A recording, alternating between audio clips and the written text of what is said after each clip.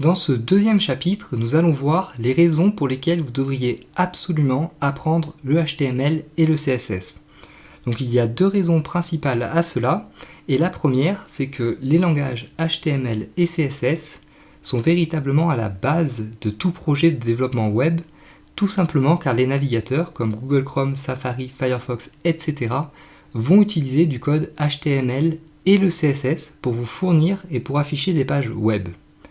La seconde de ces deux raisons est que les langages HTML et CSS sont véritablement deux standards informatiques, c'est-à-dire qu'ils ne possèdent pas de concurrents, et donc vous allez être obligé de passer par ces deux langages pour créer vos projets web.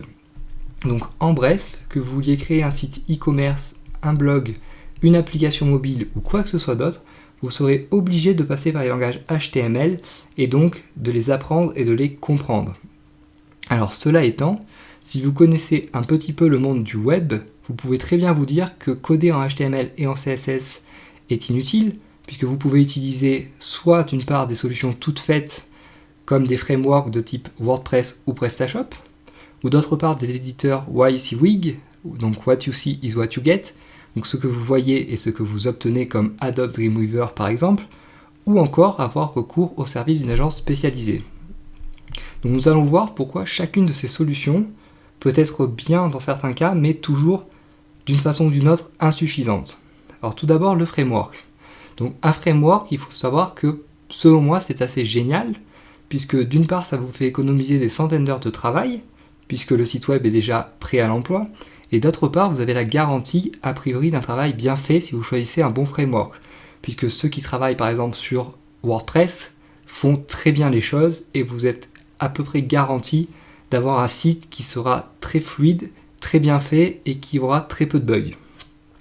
Alors toutefois, donc le jour où vous voudrez intégrer quelque chose à votre site web, comme par exemple un moyen de paiement ou même si vous voulez changer l'apparence graphique de votre site, dans ce cas-là, vous serez bloqué et limité si vous ne connaissez pas ni le HTML ni le CSS.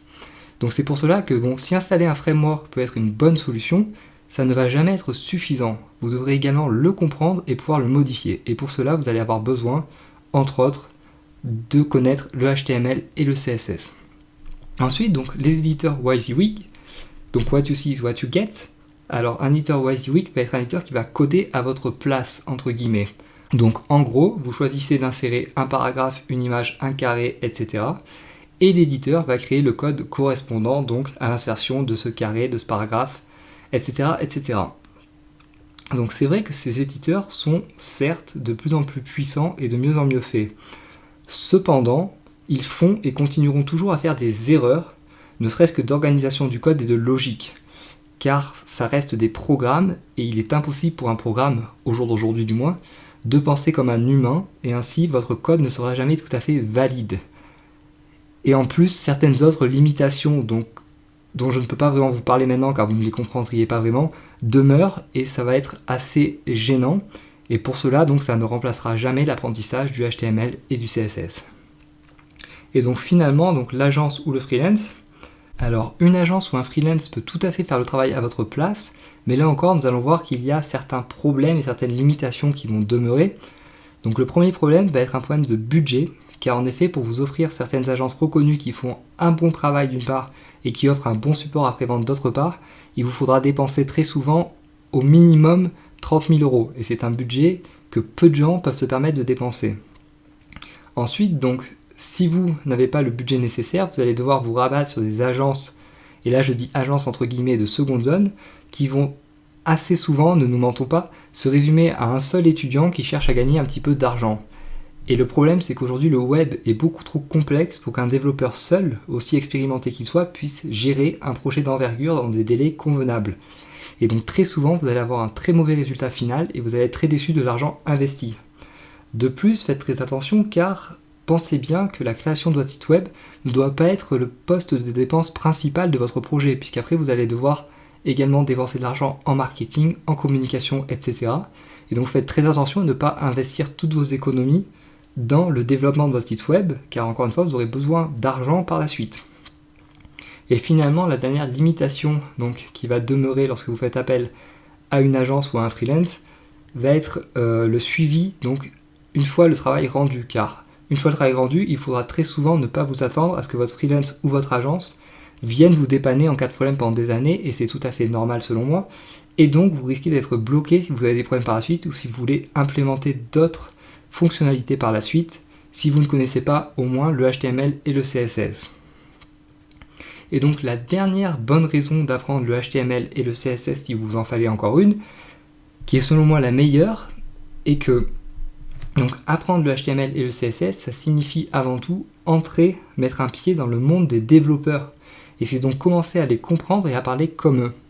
Donc si vous comprenez le HTML et le CSS avant de faire appel à une agence, vous rédigerez un cahier des charges beaucoup plus précis et de meilleure qualité, et donc vous économiserez finalement beaucoup d'argent, de temps, et au final vous aurez un rendu qui sera beaucoup plus optimisé, qui sera beaucoup plus proche de ce que vous voulez véritablement, puisque vous arriverez à vous faire comprendre par ces agences, par ces professionnels.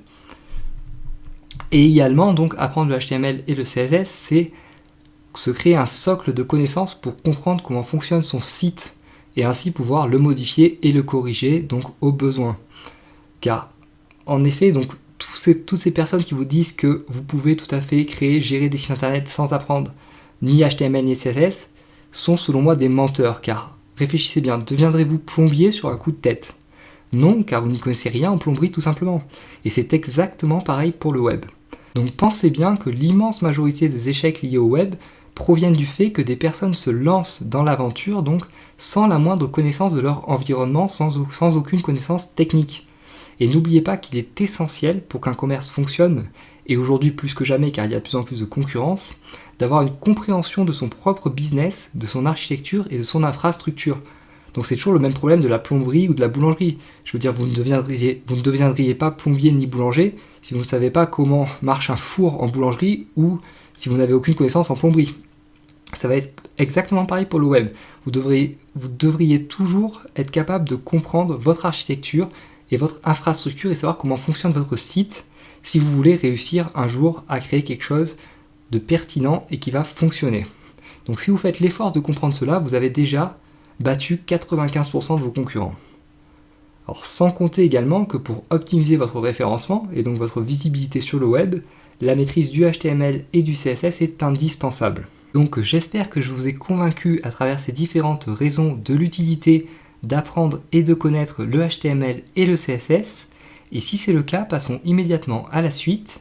Et dans le prochain chapitre, donc, nous définirons les différents rôles du HTML et du CSS, et nous verrons également ce que signifient les initiales HTML et CSS. Donc je vous dis rendez-vous au prochain chapitre.